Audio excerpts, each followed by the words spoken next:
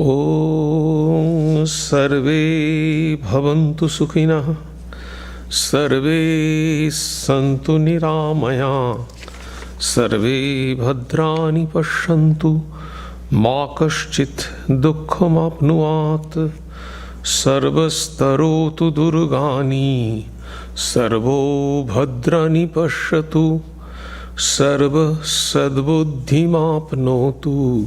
सर्वः सर्वत्र नन्दतु दुर्जनः सज्जनो भूयात् सज्जनः शान्तिमाप्नुयात् शान्तमुच्येते बन्धेभ्यो मुक्तश्चान्यान् विमोचयेत्. May all be happy, may all enjoy good health, may all see happy events, may all be freed from miseries, may all be freed from dangers, may all realize what is good, may all be actuated by noble thoughts, may all rejoice everywhere.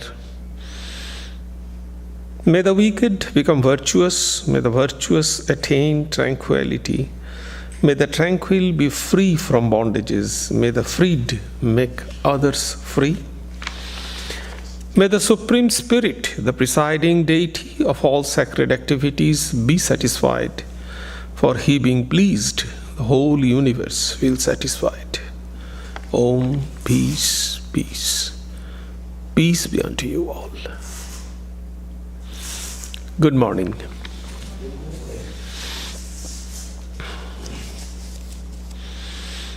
This morning I am going to speak on Shankaracharya. I have mentioned that last month happened to be the birth anniversary of Lord Buddha and Shankara. So we could not speak about them in last month. So this month on last Sunday I spoke about Lord Buddha, and this Sunday I am going to speak on Shankaracharya. Shankaracharya was born after 1200 or 1300 years after Lord Buddha. And in the history of world philosophy, Lord Buddha and Shankaracharya contributed the highest kind of philosophies which are followed by many throughout the world still now. Like my last Sunday talk, I am not going to speak the simple life and teachings of Shankara.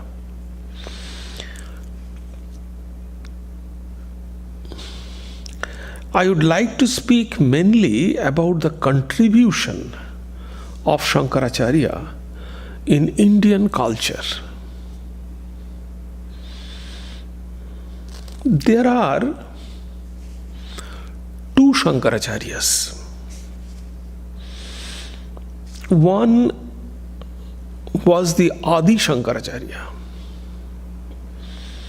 and the other is sometimes known as Abhinava Shankaracharya. There must have been a gap of 500 years between these two Shankaracharyas.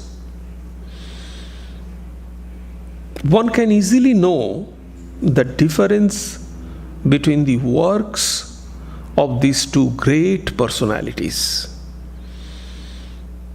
Commentaries on Prasannatmananda, the Indian scriptures based on three pillars, which is called Prasthanotraya. Prasthana means exit. Traya means three. So there are three ways to take exit. Exit from where? Exit from the vicious cycle of birth and death. So the goal of Indian philosophy is to get rid of the vicious cycle of birth and death. You know, Indian philosophy believes rebirth.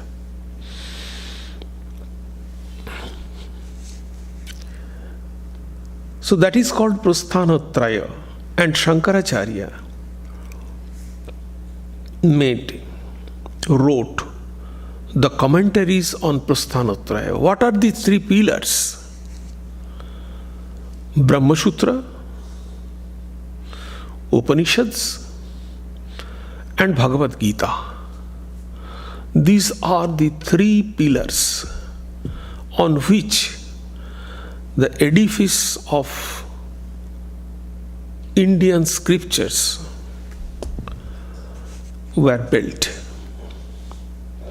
So they commented on the Prasthanotraya and maybe one or two other Prakarana Granthas. There are Prakarana Granthas, the preliminary scriptures. These are called Prakarana Granthas. The preliminary, introductory books. In Sanskrit, they are called Prakarana Granthas.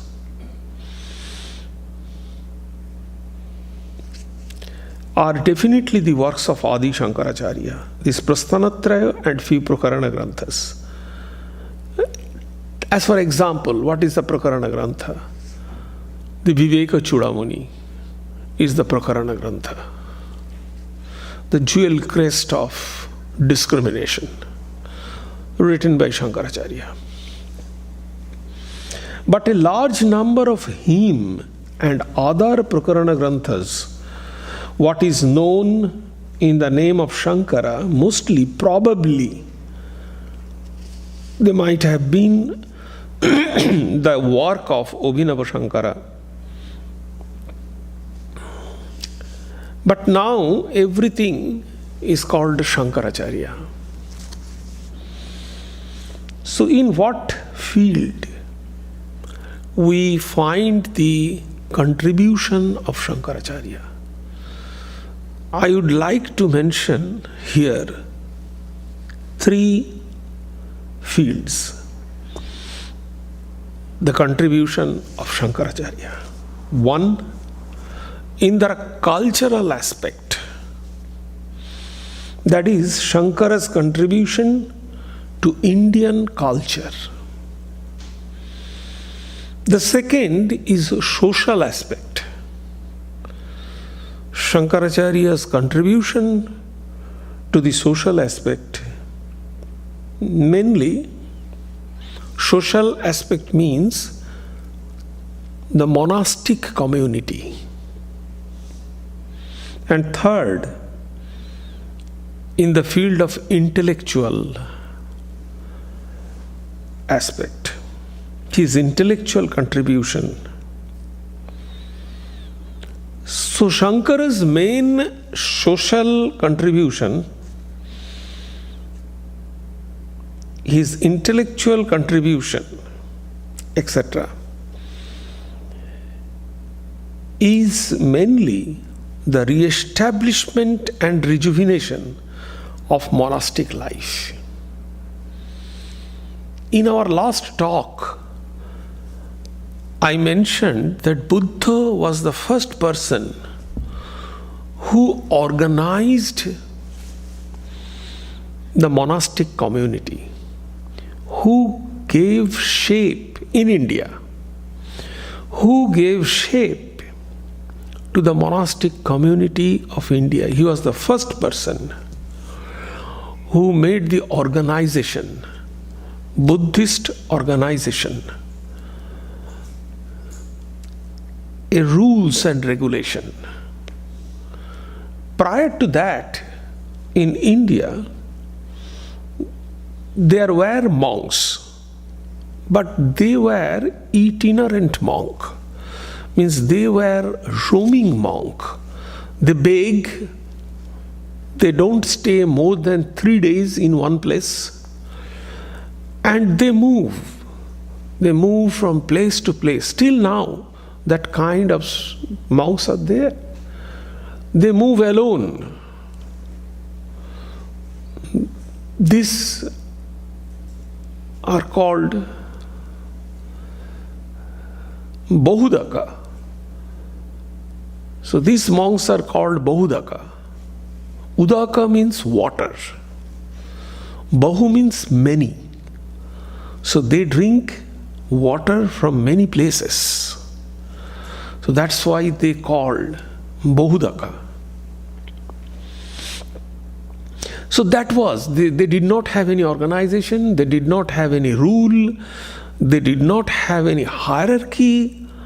They were completely roaming monk, and people used to call them Bhangi Sadhu. Sadhu means monk, called Bhangi Sadhu. They did not, because they beg, so they did not discriminate between beggar and monk. And the monks did not have real prestige or standard in the ancient Indian society. So what first Buddha made the organization, the Buddhist organization, and different centers. I shall describe the difference of those, the characteristics. It is not the place to describe all the aspects of Buddhist organization. That's a different aspect altogether. But I shall mention one or two special characteristics of Buddhist organization in proper place. But Shankaracharya, he actually re-established and rejuvenate the monastic life. The monasticism or the path of sannyasa had definitely existed even before Buddha also, but it had very limited scope in those days. So what Shankara did, it was after Buddha, the mass introduction into sannyasa became popular, because Buddha's one merit or demerit was that Buddha wanted to make everybody monks. He did not conceptualize that there will be the householder. Even now, if you go to some places of India, you can find that there is a village. At the top of that, there is a Buddhist temple. And from that village, from every house, they contributed one son for Buddhist monk. So, it was the concept of Lord Buddha. So this was a kind of mistake. That was one of the reasons that Buddhism did not exist in India. It is so sad. I explained in my last talk that Buddhism did not exist. Although Buddha was born in India, Buddha attained the Bodhi in India and he passed away in India. But you cannot find the existence of Buddhism like other countries in India. So this is one of the reasons. So in the contribution, the rejuvenation of sannyasa ideal, one has to make sannyasa independent to others' ashramas. So three things actually he contributed in the social aspect, means for organization of the monks. And he did three contributions. The first one, the sannyasa was the fourth ashrama in the system of social structure. In India, it is very clearly defined that there are four stages of human development. The first stage is called in Sanskrit Brahmacharya ashrama. These phases are called ashrama. So the first one is Brahmacharya ashrama, the student life. So they have some kind of rules and regulation for the student life, what a student should do. So that is Brahmacharya ashrama. And after this ashrama, after this phase, a person is ready to go for the household system. So the main purpose of Brahmacharya ashrama to get a person ready to enter into the household life. So next is the household life. The person gets married and there is a set of disciplines what he or she will do. So there are sets of disciplines. The household should perform such and such things. Then the third is the Vanaprastha ashrama, the superannuated state, a retired state. So retired person, they have their responsibility, immense responsibility. So they have their sets of rules. And the last one is completely, this is the phase, the Vanaprastha, the superannuated state, the retired state, is that they are withdrawing from the household. They are giving all the responsibilities to their children and they are slowly withdrawing from their household. And they are moving towards the spiritual life. Then the last one is the sannyasa ashrama. Sannyasa means renunciation. Samyak rupena nyasa. This is a Sanskrit expression. The derivative, sannyasa is a Sanskrit word. So sannyasa means samyak rupena nyasa. So nyasa means renunciation. Samyak rupena nyasa means complete renunciation. That is called sannyasa. Sannyasa means complete renunciation. So this is the fourth phase of the human development. So after superannuation, the person completely detached from the household and he renounces everything and he completely merge into the spiritual life. This is the four phases. And the sannyasa, the monkhood, is associated with that fourth ashrama. So what Shankaracharya did, he separated this sannyasa ashrama from these four ashramas and he made the independent path. So one can directly come from the Brahmacharya ashrama to the sannyasa ashrama. He need not go through household or the Vanaprastha. That is what he did. This is the first thing he did. So anybody like us, we did not enter into the household and the Vanaprastha. So from the Brahmacharya ashrama, we completely jumped into the monkhood. We embraced the life of monks. So that is what Shankaracharya did. From Shankara's commentary also we can know that this was the prevalent notion. Buddha, of course, did not follow the scheme. So one of the achievements of Shankara was to make sannyasa independent of the schemes of ashrama, phases of human personality, human development. One can take up sannyasa directly from Brahmacharya ashrama itself.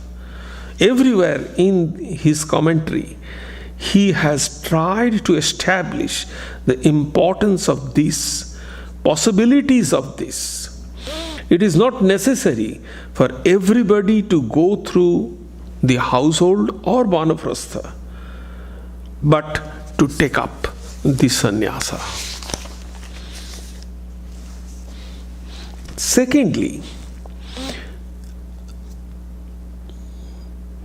not only that, he invested sannyasa with dignity. I said that before that, the sannyasa, the people could not distinguish who is beggar and who is a monk. So he invested sannyasa with dignity. Before that, sannyasins were something like outlaws. They developed their own laws. They did not have any laws. He goes away from the society. Shankara tried to find out the scriptural sanction and gave the sannyasa the dignity that it deserves. Sannyasins are not outlaws going beyond the society. They remain within the society, not as the outlaws or outcast, but as the spiritual heads of the community. So he gave this kind of dignity to the monkhood, that they are the spiritual head and the director of the society. This kind of separation, and he gave the responsibility of the livelihood of those monks to the hand of the householders. So it is a win-win situation. The monks, they teach about the spiritual life to the householders, and the householders will take care of the livelihood of the sannyasins. So that is what the system he developed. So he made the spiritual heads of the community.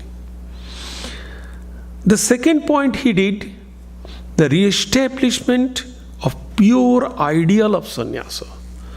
Not only he only took out the sannyasa from the 4 ashramas, he re-establish the pure ideal. What should be the ideal of sannyasa? If you go through the works of Shankara, you will find 2 things Shankara emphasized: jnana and vairagya. So jnana is the knowledge, and vairagya is the renunciation. So this knowledge and renunciation, these are the 2 ideals Shankaracharya set before the monks.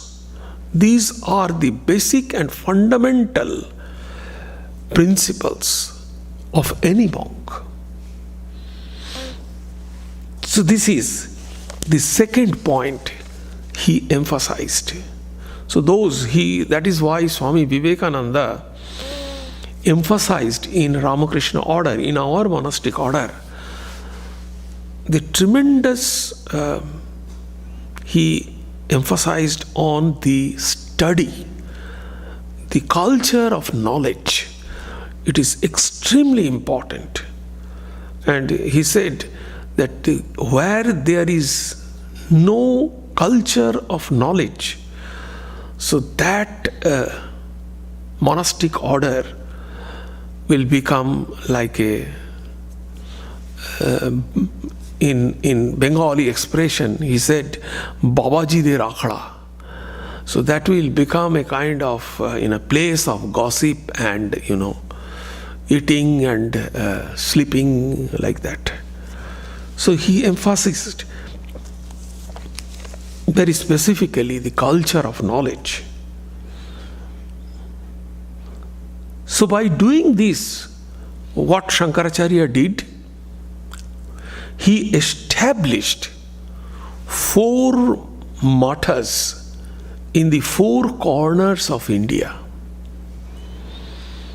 And he systematized the whole community of monks in 10 groups, which is called in Sanskrit Dashanami Sampradaya. He made 10 sampradayas, 10 schools of monastic order. And he distributed these 10 groups of monastic order to 4 temples that he established in 4 corners of India. One is in Puri, one is in Sringeri, one is in Badrinath, and I think another in is Gujarat, I think. So, and he made 10 sampradayas. The 10 sampradayas are the Tirtha, Puri, Giri, etc., Saraswati, and all these 10 kinds of sampradaya, 10 kinds of schools that he actually established. And there are 4 Vedas. So he distributed 4 Vedas to each matha, each center. They will nurture that kind of Vedas, so that each Veda will be protected and nurtured and cultured. And the group of the different schools of monks associated with that temple, they will follow that Vedas. So this is the system he developed. 10 orders owe their allegiance to the 4 mathas. Spiritual supervision or control over the 10 orders could be exercised by these 4 mathas.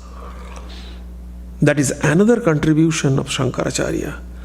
So through these, Shankara re-established and rejuvenated monastic life of India. So first,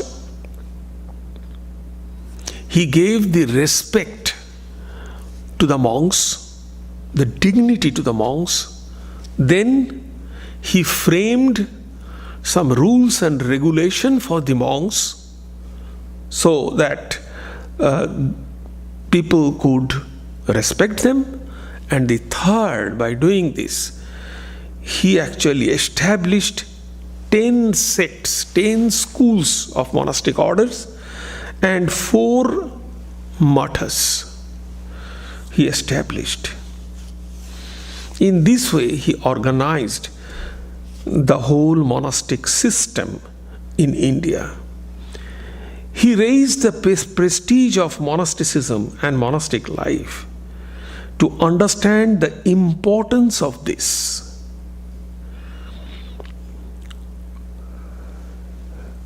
you must compare the monastic life in India with the monastic life of the Christianity, you find the monastic life in Christianity is so well designed and well organized. In India, it was not there. So, the Shankaracharya, he actually organized that kind of thing. And then Swami Vivekananda took it one step further. He designed the Ramakrishna order. On the basis of that, in a different dimension. So Swamiji has given a new pattern of monastic life.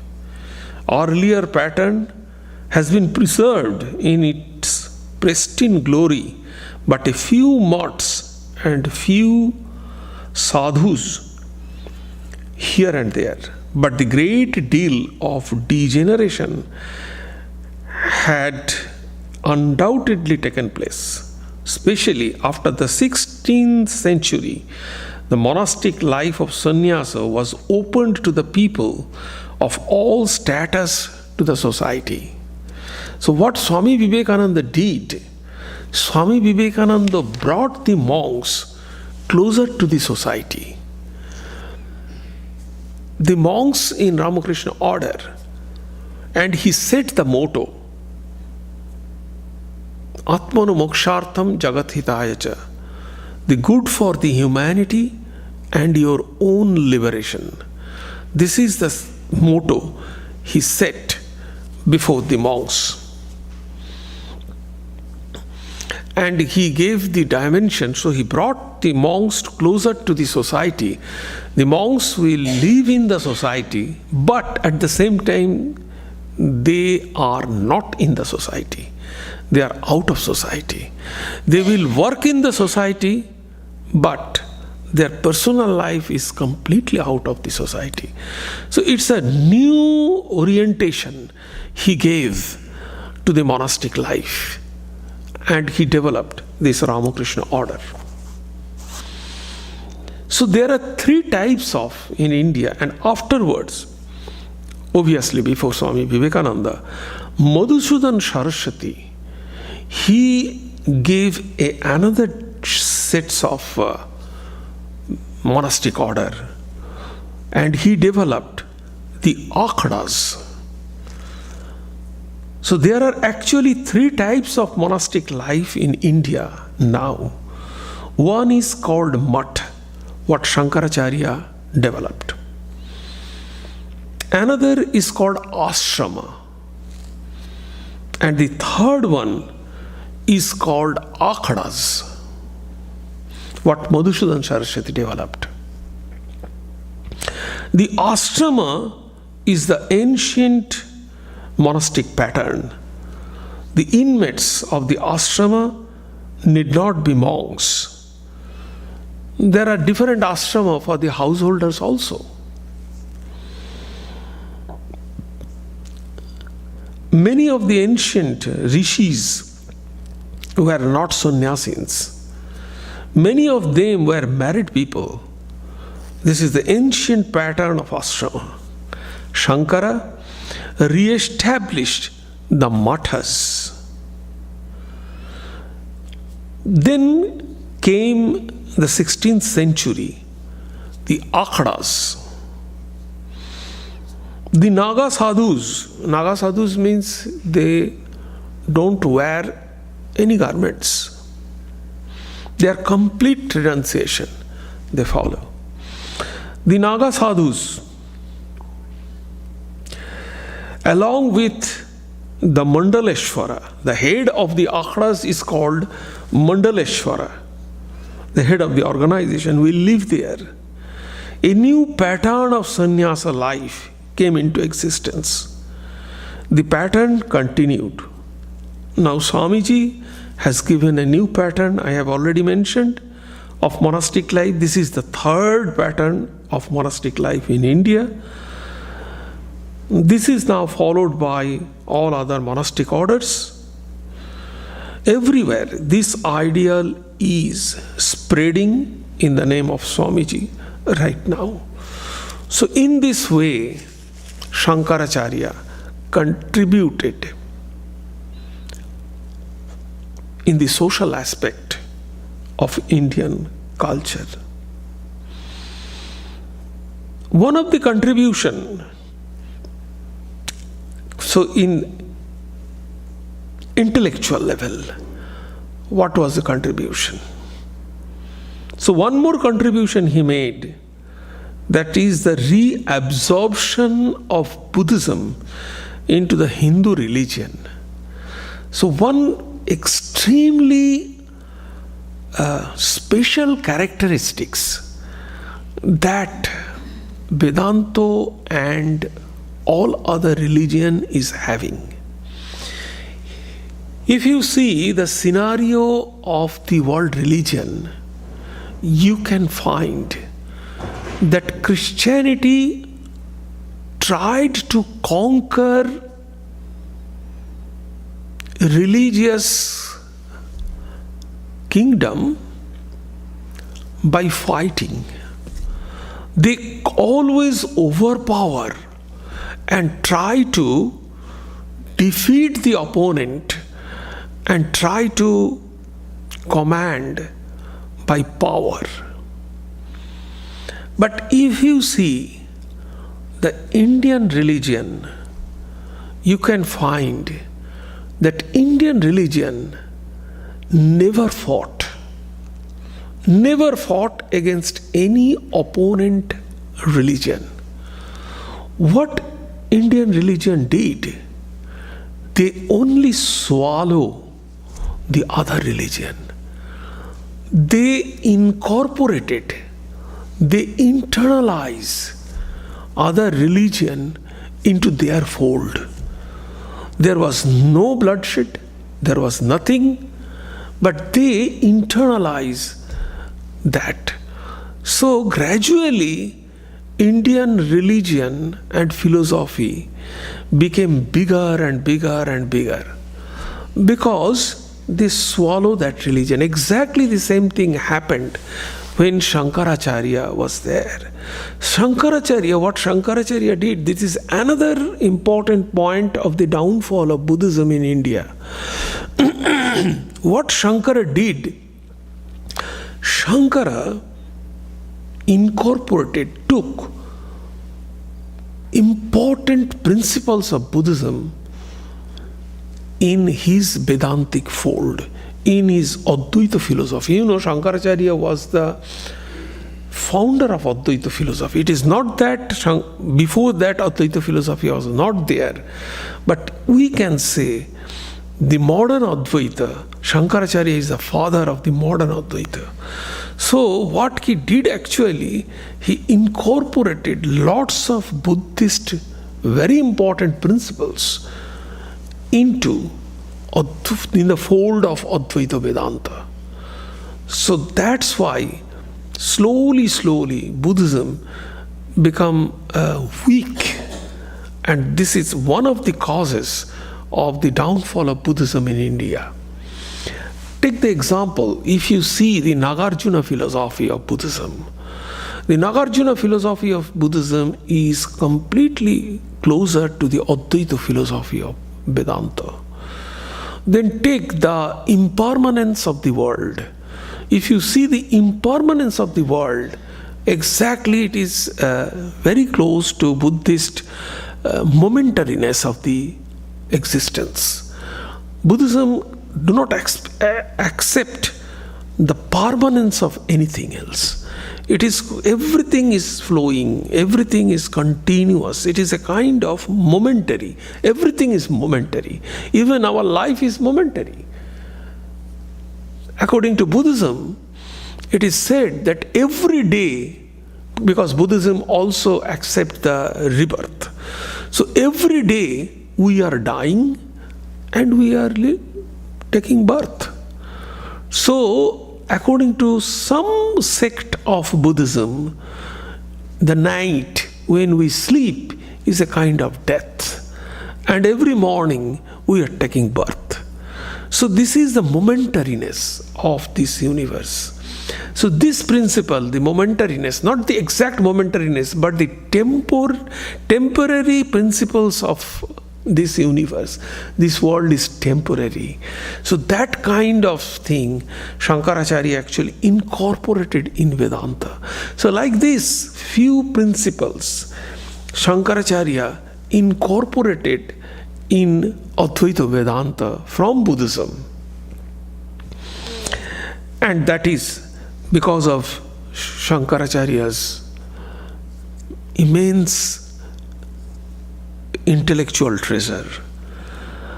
So Buddhism spreaded because it is very highly intellectual religion.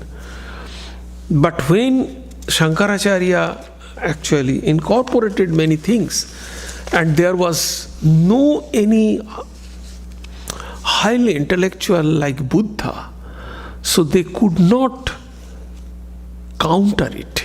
If you go through the works of Shankaracharya, you can find that Shankaracharya always countered against Buddhism. If you go through the different commentary of Shankaracharya on Upanishads, you can find that Shankaracharya argued against the Buddhist principles always.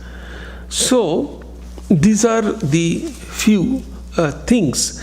There was no anybody who could counter the Buddhism, who counter Shankaracharya from Buddhism. So the next part is the intellectual part, where Shankaracharya contributed in the field of intellectual life, because that is the great contribution of Shankaracharya. We know that Shankara's greatest contribution is the development of Advaita philosophy. It is one of the great wonder of the intellectual world. And there are few comments you can find how it is. One remarks, I could quote you from Karl Jasper.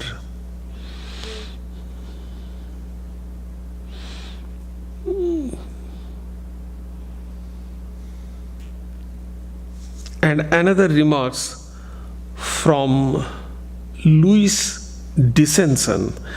So he said that real antithesis is not between European philosophy and Indian philosophy, but between Advaita on the one hand and the rest of all other schools of philosophies developed by rest of the systems of philosophies, Eastern and Western.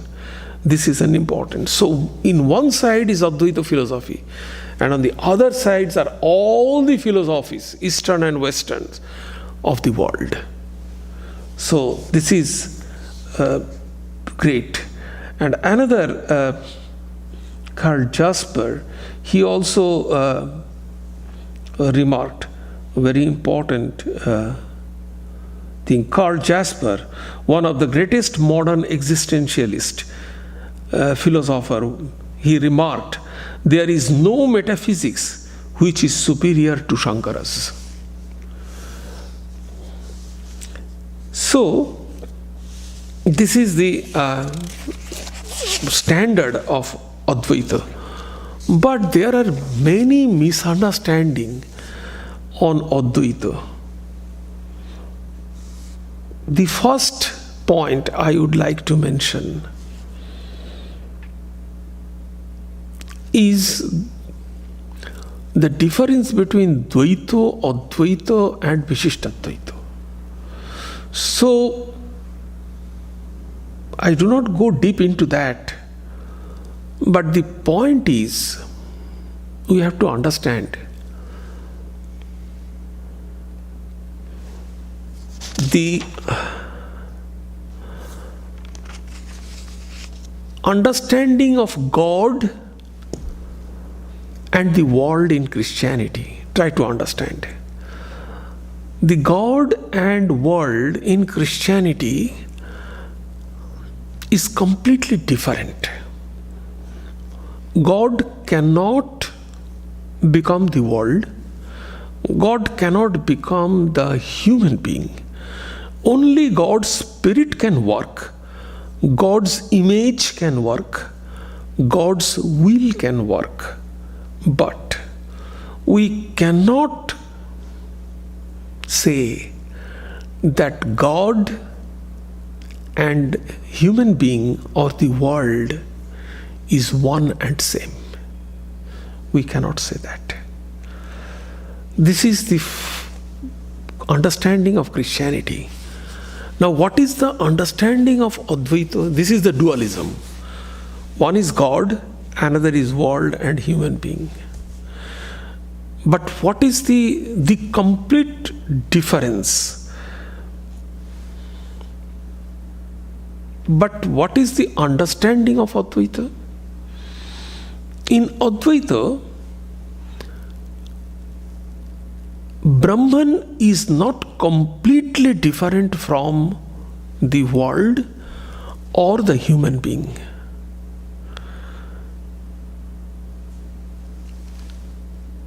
It is one and the same. It has a difference. We can see the difference of shape, other things and everything. But they are not completely different.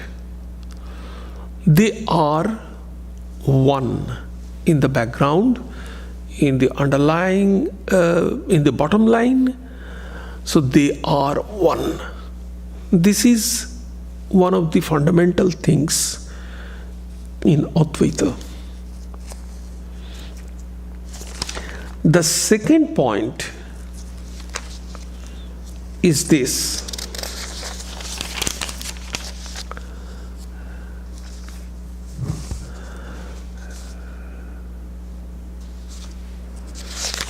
The second point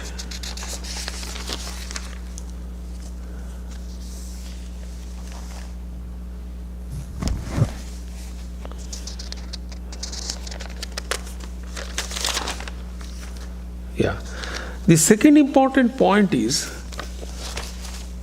we generally say that the Advaitic experience must be transcendental. So you cannot have the experience of Brahman in this worldly setup. It is not true. Shankara, in his introduction of Brihadaranyaka Upanishad, Brahma Sutra, never says this. So the point is, in all the three states, human being has three states. What are the three states?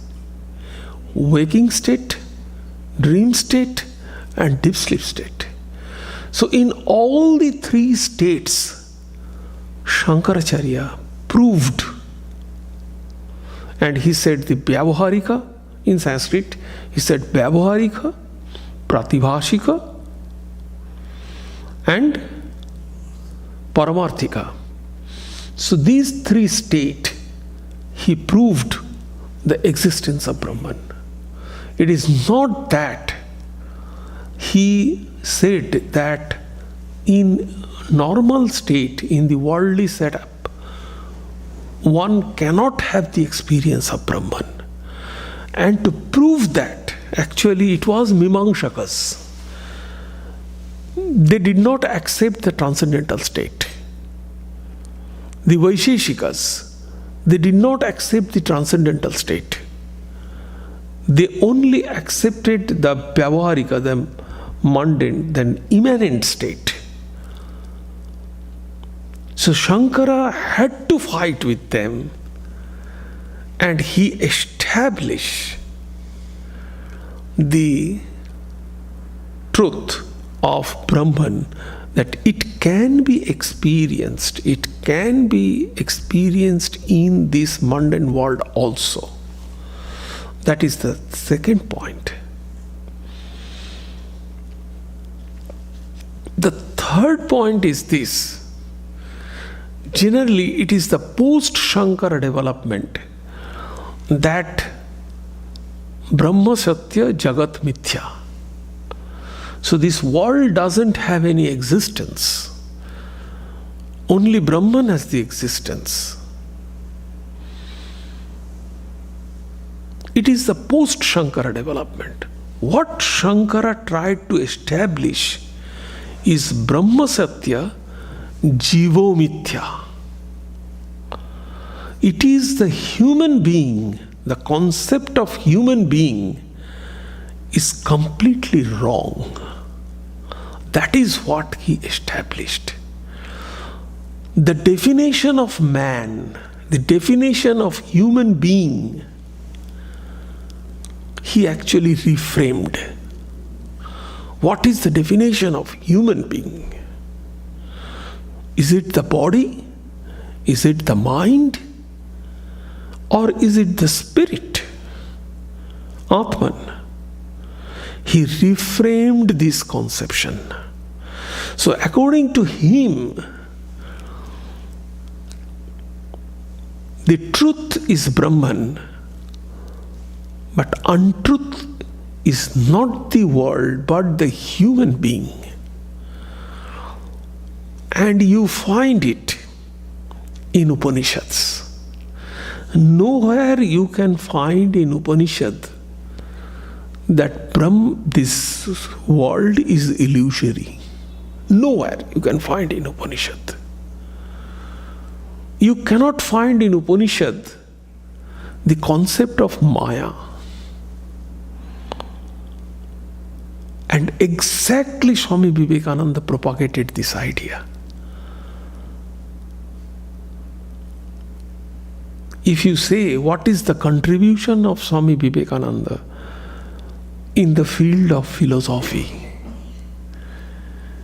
His one of the contributions in the field of Indian philosophy is this. He said, don't try to analyze Maya.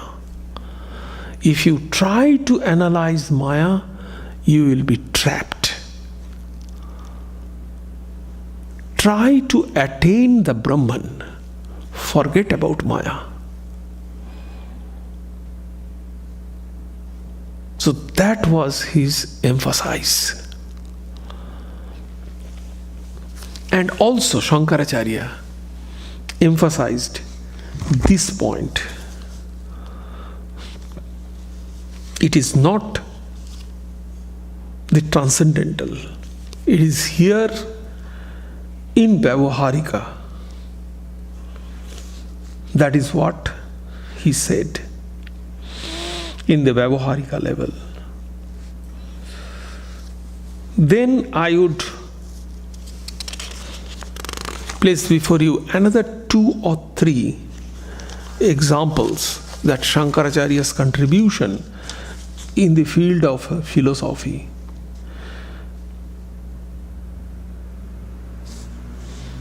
So he developed the illusoriness of jiva. That is the most important point he developed. The second most important tenet of Advaita Vedanta is non-duality of knowledge. Knowledge is always one. It must not be two. Knowledge is always Advaita. This is the second point of attack of Shankara. Everywhere he is trying to quarrel with the Mimamsakas on this point to show their jnana is non-dual. So we should try to understand that as a spiritual realization, the understanding is one.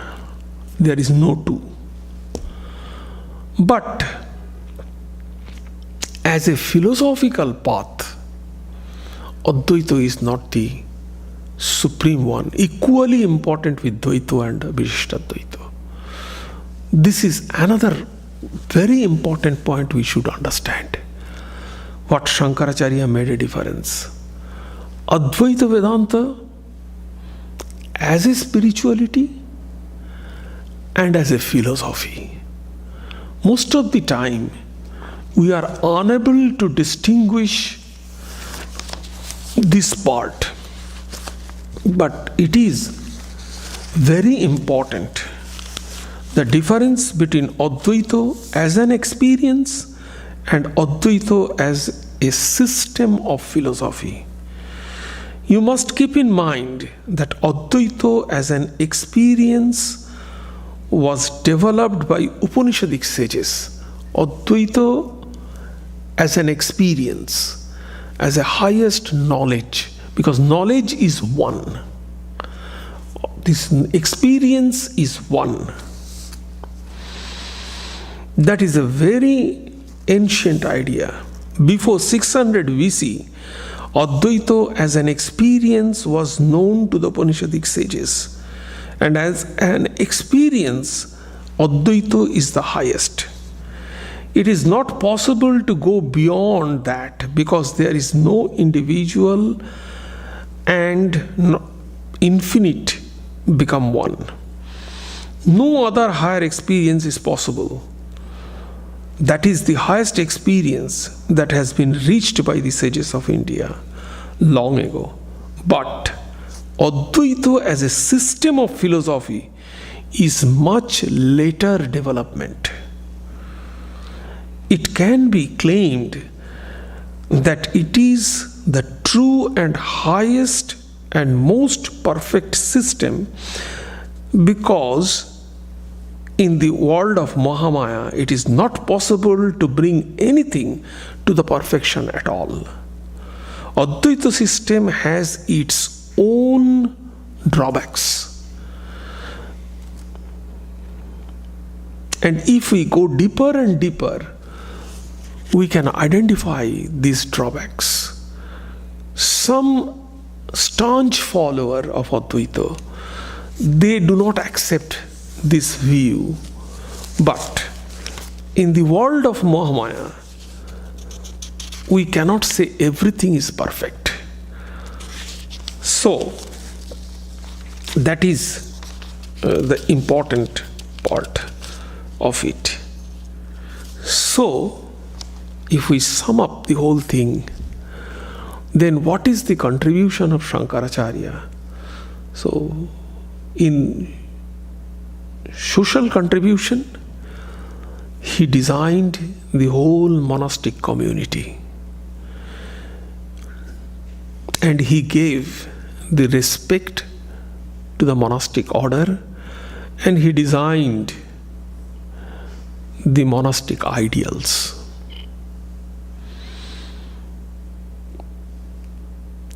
In intellectual side, he reframed and established the Advaita Vedanta. And Advaita Vedanta, there are some few important points I would like to mention where we have so many confusions that I have discussed. That first is Advaita as an experience and Advaita as a philosophical system. We must keep in mind. Generally, I know personally, there are devotees, they come and they ask by listening different lectures in the YouTube. They come and they ask, we are practicing this, we are practicing this. So it is, first we have to understand what we can practice. We cannot practice a philosophy. Philosophy is the intellectual jugglery. That is the intellectual pursuit. That is the academic study. That is called philosophy. But the Advaita as a spirituality is the practice that we can practice to realize, to understand, to feel, to experience. That is the spiritual practice, Advaita as a spiritual practice.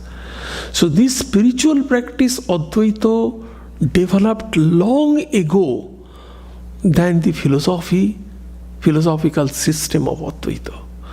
So this spiritual Advaita developed in the age of Upanishad. We can find that is the main source of spiritual Advaita. And that is why Swami Vivekananda said, go back to Upanishad. His call was, go back to Upanishads. So, where you can find this spiritual practice of Advaita experience. Secondly, it is the notion that Advaita can be experienced only in the transcendental plane, not in the immanent plane, not in the worldly plane. In Vyavaharika, it is not possible. But it is not that. Nowhere Shankaracharya said that. So, in Vyavaharika also, you can have the knowledge of Advaita. As a knowledge, Advaita is the highest. Knowledge means you have only knowledge of one. You can experiment this. If you think deeper in your mind, you can find that only one thing we can think at a time. You cannot think two things at the same time. Try to analyze your mind. You cannot think two things at the same time. It is fast moving, but you cannot think. So the knowledge is also one. That is the highest knowledge. When we have the highest knowledge, that is always one. So as a knowledge, Advaita is the highest. This is the second point. And the difference between Dvaita and Advaita, I have mentioned. There is not much difference between Dvaita and Advaita, because the Dvaita and Advaita are the same thing, only different expression. Take the example, mango trees. Take the example of mango trees. If there are two mango trees, this is called Dvaita. The same mango tree, or you can say, one mango tree, different leaves, different mangoes. The same mango tree, only the different mangoes. This is Dvaita. Advaita means the same mango tree, but everything is one. So there is no much difference between Dvaita and Advaita. It is called Swagata Bheda. I am not going to detail of those things. There are three types of Bheda, difference. Swajatiya, Bijatiya and Swagata. So the difference between Dvaita and Advaita is a Swagata Bheda. I am not going to detail in this. So the basic thing is this. And last thing is this. Shankaracharya tried to prove the illusoriness of human being, not the world. This is very important thing. But unfortunately, these teachings, that is why Swami Vivekananda said, like Madalasa, he quoted in many places in his lecture the story of Madalasa. Madalasa was a queen and she had number of sons.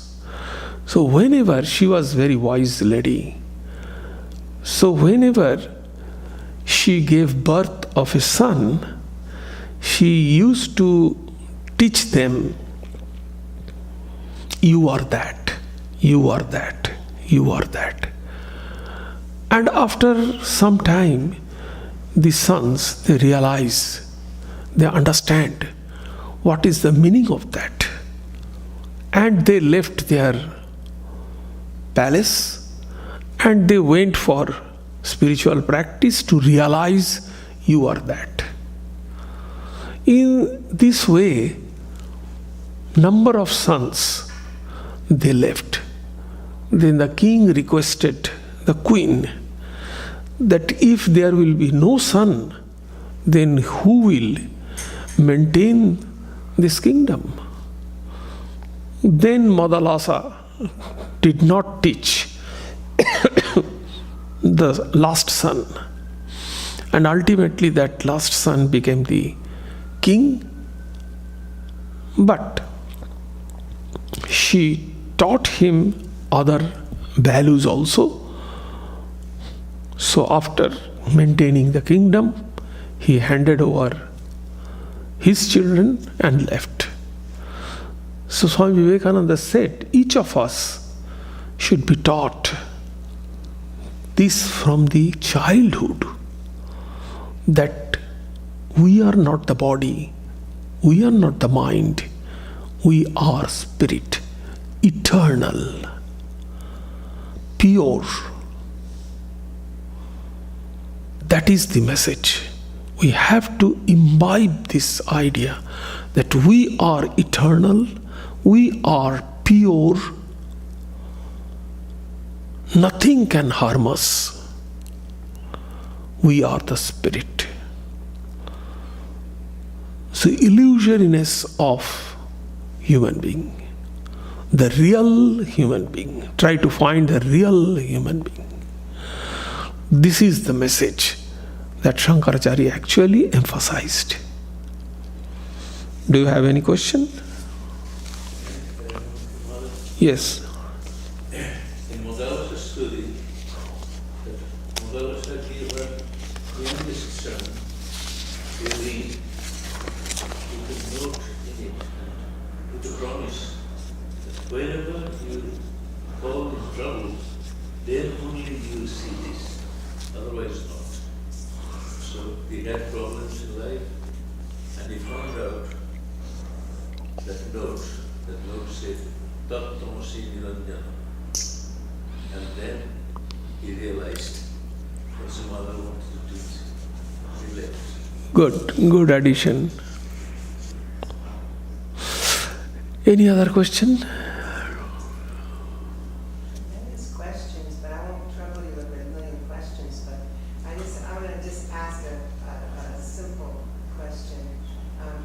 What would you say is the distinction between the Christian idea of God and man and Dvaita's? Yes. You can understand the Christian idea of God and the other things. Am I correct? Yes. But the Indian idea, Vedantic idea of God and other things is this. I can write it. Vedanta is not like the Christian dualism. God and soul are entirely different. Created and creator are entirely different. It is obviously, creator cannot be the created. There must be different. The carpenter made this table. So carpenter will never be the table. So creator and the creation always different. According to Christianity, God is the creator and everything is the creation. So they must be different. They cannot be one. But this is Dvaita. So they can never, thus, when the Western people think about the Dvaita, they think about the philosophy like this, two different things. this Dvaita, but there is no connection at all. Here also, Jivatman and Paramatman are entirely different. There is only distinction, but not completely separation. Okay, so it could be a portion of the cosmic mind of Jiva. I do not say portion, I would say in reality.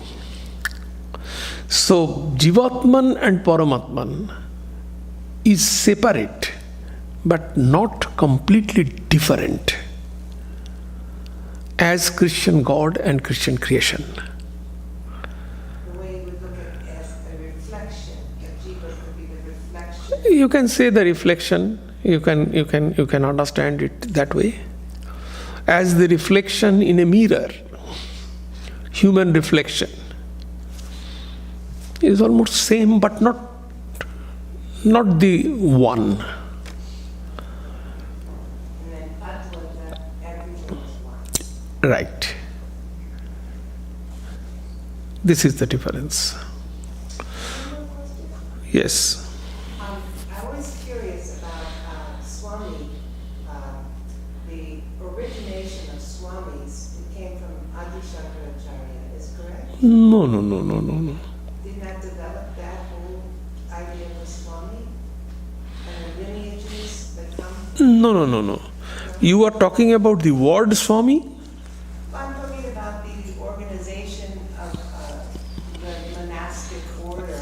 He separated. He made 10 schools of monastic order. And that all the Swamis today cannot trace their lineage back to Adi Shankaracharya. Yes, they can trace back not Adi Shankaracharya, but they trace back to these monastic schools. They must belong to one of the 10 monastic schools. Which one do you belong to? Yes, I belong to one of the schools. This is Swami Vivekananda's contribution. Previously, the monks, they used to express their lineage. But Swami Vivekananda actually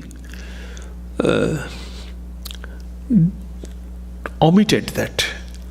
Swami Vivekananda only connected the word Swami.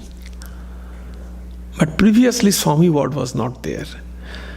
Previously, as for example, Madhusudan Saraswati.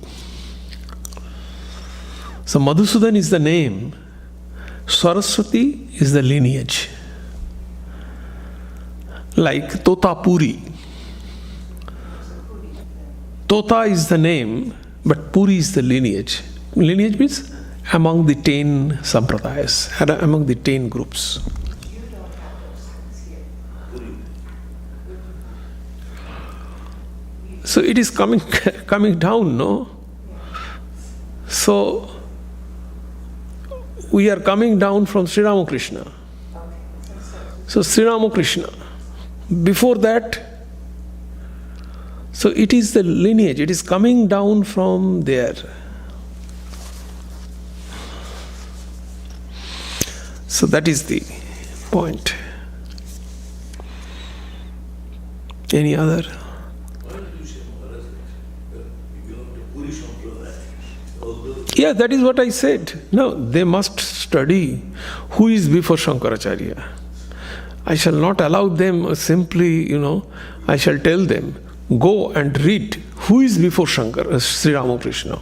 You have to read and find out.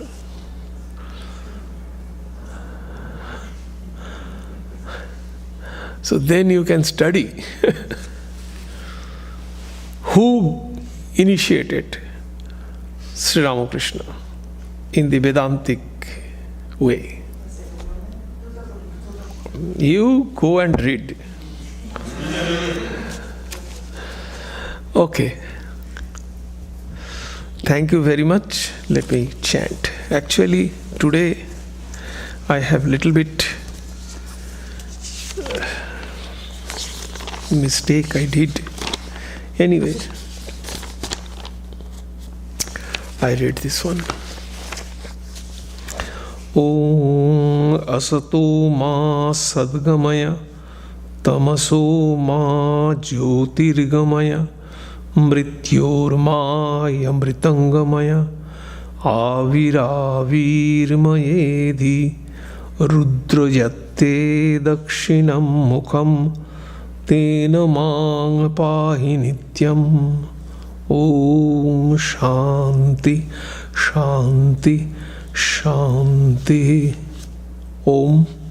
O soul of our souls, O light of the universe, lead us from unreal untruth to the real truth, from darkness of ignorance to light of knowledge, from death to immortality.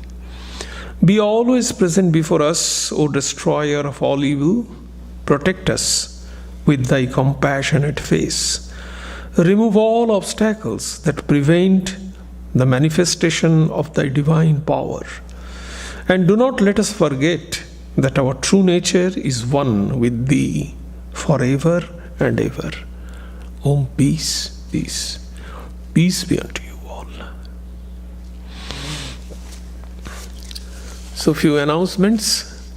On 4th of July, we have a whole day retreat here from 10:30 to 4:30.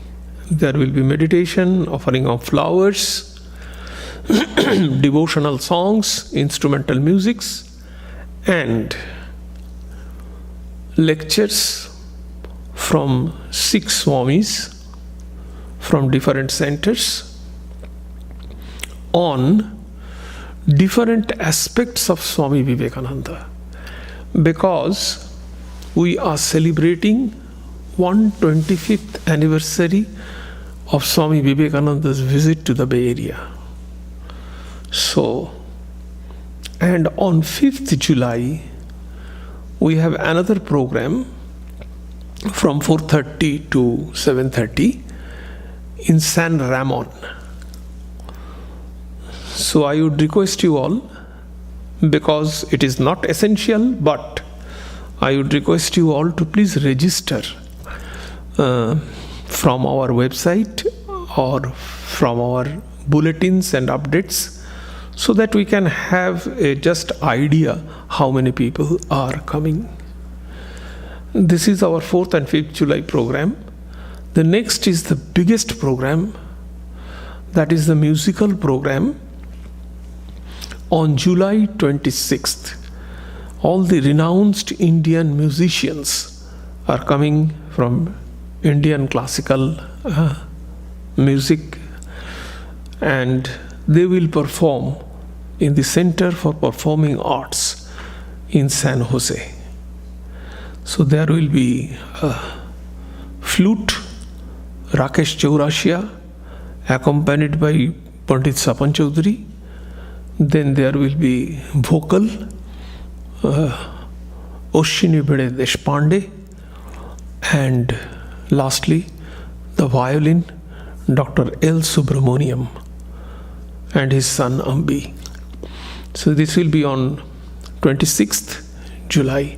So I request you all, this is only our fundraising, and all our different programs are not ticketed program. So please buy ticket for this musical program. And we have other other programs in the pipeline. That is the Vivekananda pilgrimage in connection to 125th, where Swami Vivekananda stayed, visited and lectured in the Bay Area. There will be a bus trip. We shall organize a bus trip there. Then there will be the academic program.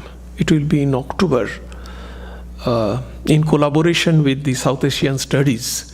It will be held in the I House of UC Berkeley, in the International Guest House of UC Berkeley. And probably Dr. Ruth Harris from Oxford will be the keynote speaker. She wrote a book recently on Swami Vivekananda. So she will be the keynote speaker. And Professor Goldman and other professors will be also in the panel. So it will be in October. And then there will be the publication of books. 2 books we are publishing. One is The Gift Unopened. It is a republishing actually. The book was there for a long time. It was not printed out of market. So we took the copyright of that book and we reprint that book. That is the second. And another booklet we are publishing, that is Swami Vivekananda's visit to the Bay Area, where it is a kind of guidebook, small guidebook, booklet, where Swamiji went, stayed and lectured, and the list of lectures and small events, what happened there. So this kind of small booklet we are going to publish, and the concluding program will be on 21st February 2026. I request you all to participate. Especially, I request you to attend the musical program, which will be on July 26th. Thank you. So tea and coffee will be served. You are welcome to Saradananda Hall. Thank you.